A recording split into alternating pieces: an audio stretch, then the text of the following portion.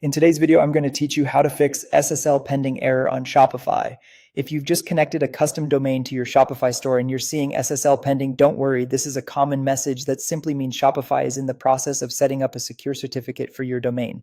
SSL is what enables the lock icon in the browser and ensures your customer's data is encrypted, so it's worth getting right.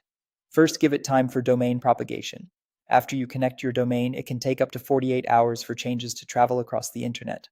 During this window, the SSL status may stay at pending, and that's completely normal. The best thing you can do is avoid making repeated changes during this period since each change can restart the clock.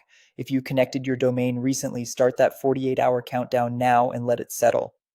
Next, check your DNS records. In your domain provider's dashboard, confirm that your A record points to Shopify's servers and that your CNAME for the www host points to Shopify as well, typically to the host name provided by Shopify.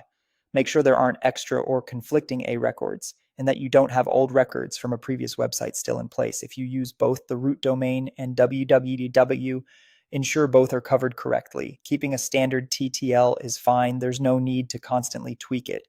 If you want extra confidence, use a public DNS checker to confirm the records visible on the internet match what you set.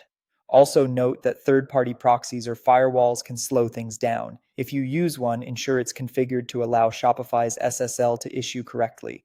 Then, verify the connection inside your Shopify admin. Go to Settings, then Domains, and look at your domain status. If it shows connected but SSL is still pending, that usually means you just need a bit more time. If it shows not connected, follow the prompts to reconnect or fix the DNS entries until Shopify detects them properly. If the issue lasts beyond the full 48 hours, reach out to Shopify support. Share a quick summary of what you've done and, if you can, a screenshot of your DNS settings. They can check the certificate status on their end and point out any remaining misconfigurations. In most cases, this is a temporary issue that resolves once the domain fully updates. And that's it. If you found this tutorial helpful, don't forget to like this video and subscribe to my channel for more Shopify tips and tutorials.